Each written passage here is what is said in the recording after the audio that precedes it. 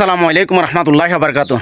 প্রিয় দর্শক, আল্লাহর কোরআন 30 পারা হেফজ করলো এবং আপনারা এই পুরো ভিডিওটি দেখবেন, দেখার পরে শেয়ার করবেন।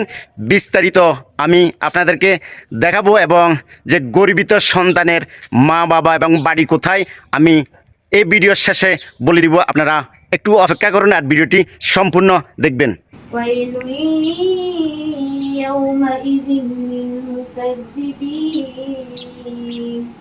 كلوا وتمتعوا قليلا إنكم مجرمون ويل يومئذ للمكذبين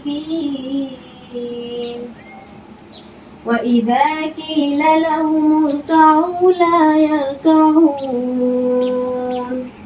ويل يومئذ للمكذبين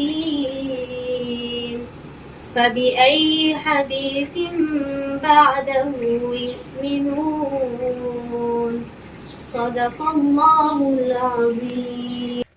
আলহামদুলিল্লাহ, আমরা পাঁচরং ইয়াকুবপুর ইউনিয়নবাসী গর্বিত এবং বড় দোকানঘর করমলাপুর 1 নং বাসী গর্বিত বাদশা মিয়া সারাংবাড়ি জহিরুল ইসলাম কাকার ছোট মেয়ে